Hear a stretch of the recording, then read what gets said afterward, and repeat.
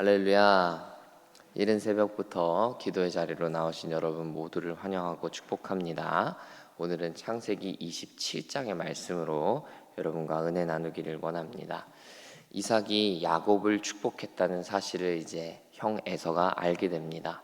에서 입장에서 보면 너무나 충격적인 사건이고 뒷목 잡고 쓰러질 만한 배신감을 느끼는 사건이었을 것입니다.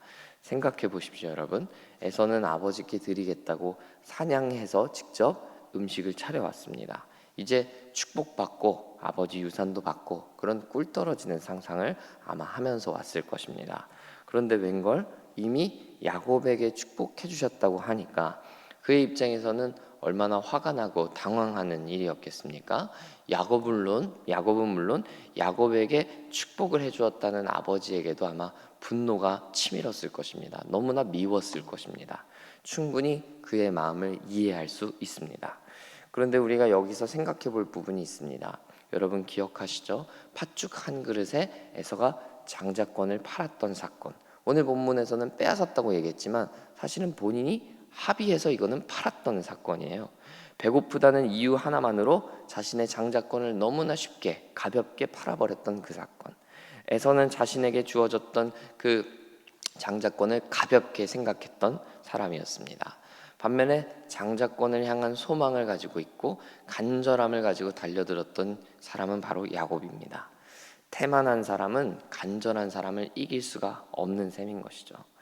직접적인 연관이 없다고 볼 수도 있겠습니다만 아버지의 축복도 빼앗긴 에서는 사실 자신의 모습을 돌아봤어야 하는 것입니다. 물론 야곱이 잘했다거나 야곱이 옳았다 이런 옹호를 하고 싶은 것은 전혀 아닙니다. 그러나 에서가 오늘 아버지의 축복도 빼앗긴 것은 그의 언행과 가벼운 경솔한 모습들이 이미 그의 모습을 예정해 놓았는지도 모르겠다라는 생각 때문입니다. 이렇게 보게 되는 이유는 무엇이냐 하면 오늘 본문 38절과 그 앞에도 보면 아버지 이삭 앞에서 에서가 소리 높여서 우는 장면이 나옵니다. 그의 눈물의 의미는 어디에 있을까요? 분노와 후회 아니었을까 생각해 봅니다. 자신이 소중하게 생각했던 것들을 잃어버린 상실감의 눈물 아니었겠나 싶은 것이죠. 반면에 그는 이전에 자신의 삶을 회개하는 눈물은 전혀 보이지 않습니다. 야곱을 탓하고 아버지를 탓하며 분노와 후회의 시간으로 가득 채우고 있는 그의 모습을 보게 됩니다. 사랑하는 여러분, 우리가 어떠한 상실을 만나거나 큰 충격을 맞이할 때 우리는 가장 먼저 나 자신을 돌아보아야 합니다. 물론 모든 문제와 어려움들이 나로부터 나의 잘못 때문만은 아닙니다. 그런 것만은 아니지만 누군가의 악의적인 행동과 누군가의 어떠한 행동 때문에 아픔과 문제를 경험하게 되는 경우도 많이 있지만 그러나 나의 잘못, 나의 경솔한 행동에서 내 문제들이 비롯될 때도 종종 꽤 많이 있습니다. 그것을 인정해야 된다는 것이죠.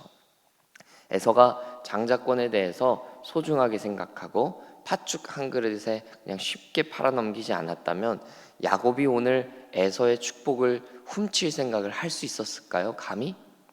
어머니 리브가나 동생 야곱이나 에서의 성정을 알고 가치관을 알았기에 이러한 범죄도 꾸밀 수 있었던 게 아닐까 이런 상상을 해보는 거죠. 그렇다면 그는 마땅히 자신의 삶과 모습을 돌아보고 회개했어야 마땅한 것입니다. 오늘 그 눈물이 회개의 눈물이었어야 했다는 것이죠. 우리의 삶도 그와 마찬가지입니다. 크리스찬은 후회하는 사람이 아닙니다. 후회할 일이 없어서가 아니라 우리는 후회가 아니라 회개하는 사람들이기 때문입니다. 삶의 방향을 재조정할 수 있는 사람, 돌이키는 사람이 되어야 하는 것입니다. 후회는 내 수준에서 멈춰서는 것이지만 회개는 하나님께로 내 문제를 가져가는 것이기 때문에 하나님의 도우심을 구하는 신앙의 수준이 우리에게 필요한 것입니다. 우리는 살면서 많은 후회를 하게 되는데 후회가 아니라 회개에 힘쓰게 되는 우리 모두가 되기를 간절히 소망합니다. 그래서 내 수준에서 내가 할 수 있는 수준에서 내가 꿈꿀 수 있는 수준에서 살아가는 것이 아니라 하나님의 수준으로 하나님이 바라보시는 관점으로 내 삶을 바라보게 되는 놀라운 일들이 우리 삶에 나타나게 되기를 간절히 소망합니다. 에서는 이렇게 회개가 아니라 후회의 삶에 머물렀기 때문에 그의 삶은 어느 것 하나 나아지고 발전하지 못하는 것을 보게 됩니다. 모든 일을 남의 탓하고 후회하는 모습은 결국은 살인을 작정하는 일로 번지게 됩니다. 내가 가질 수 없다면 죽여서 빼앗겠다. 그가 갖지 못하게 하겠다라는 생각으로 확장되는 것입니다.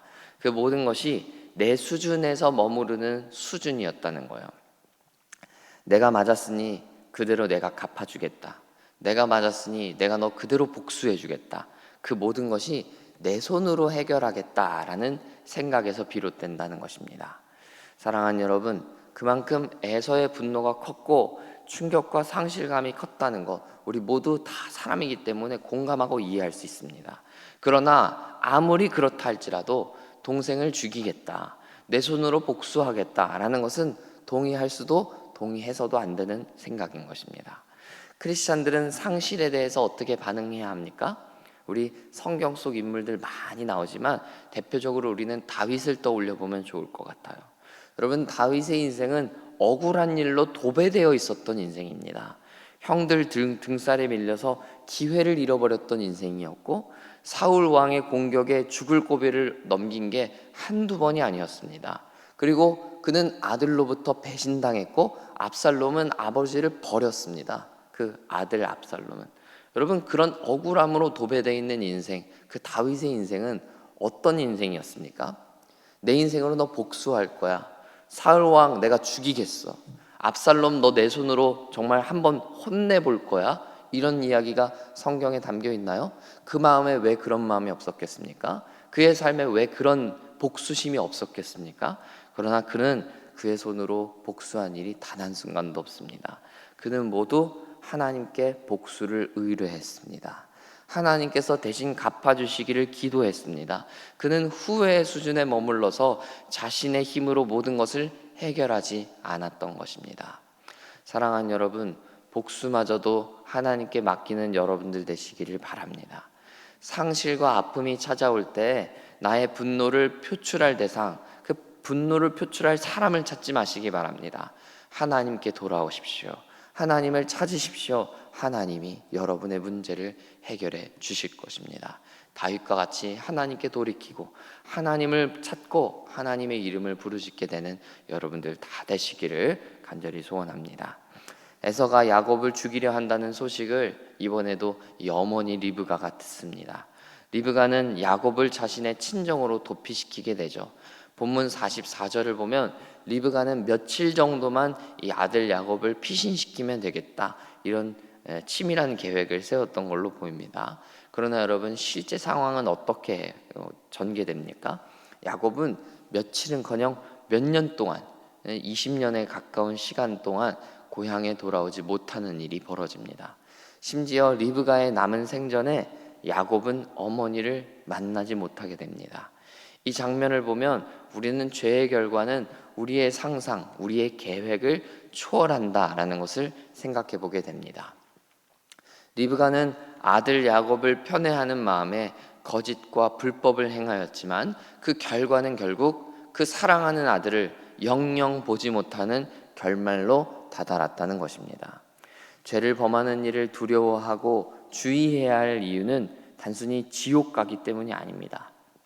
죄의 파급력과 파급 효과는 우리가 살아가는 이 땅에서도 유효하며 파괴력이 유효하기 때문입니다. 예수 믿지 않는 사람들은 죄를 두려워할 줄 모릅니다. 내가 무슨 죄인이냐고, 죄인인 게 뭐가 그렇게 중요하냐고 반문합니다. 반면에 크리스찬은 죄가 얼마나 무서운지, 죄가 우리를 어떻게 만드는지, 죄가 얼마나 우리를 파괴하는지를 아는 사람들입니다. 죄를 알면 예수님의 구원의 은혜가 얼마나 큰지, 더 깊은지를 알게 되는 것입니다. 여러분, 그 죄악의 힘을, 파괴력을 알고 믿고 두려워할 수 있게 되는 여러분들 되시기를 축복합니다. 사랑하는 여러분, 리브가와 야곱이 꾸민 범죄로 말미암는 결과물을 생각하면서 우리의 삶에서도 죄를 의식하고 죄를 경계할 수 있기를 원합니다. 죄라는 것은 우리가 상상하는 그 이상의 파급력을 가지고 있습니다. 그러므로 우리는 죄를 두려워할 줄 알아야 하겠고, 죄를 이기시는 예수님을 더욱 의지하는 삶을 살아야 하겠습니다. 죄를 이기고 사망 권세를 이기시는 그 능력은 오직 예수님께 있기 때문입니다. 이 아침 그 주님만 묵상하고 사랑하는 우리가 되기를 소원합니다. 에서의 복수심을 담는 것이 아니라 예수님의 용서를 묵상하는 우리 되기를 원하고, 죄의 파괴력이 아니라 예수님이 사망 권세를 이기신 그 승리를 묵상하게 되는 우리 모두가 되기를 간절히 소원합니다. 함께 기도하겠습니다. 하나님 아버지, 오늘 복수심에 불타는 에서의 모습을 봅니다. 그의 마음에 울분이 있었고 억울함이 있었고 눈물이 있었습니다. 하나님, 그러나 그의 마음에 전혀 돌이키는 마음도 없고 하나님께 맡기는 마음도 없이 내 힘으로 내 손으로 내가 잡아온 염소처럼 야곱을 만들리라 하는 그 복수심밖에 없었음을 보게 됩니다.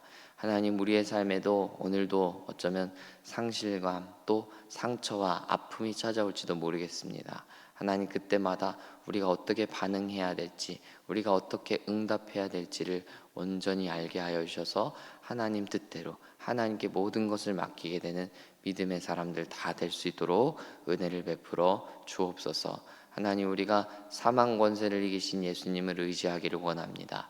그래서 우리의 힘을 의지하는 것이 아니라 승리하신 주님, 전능하신 주님께 우리 모든 것을 맡기게 되는 우리 모두가 될 수 있도록 주님 도와 주시옵소서.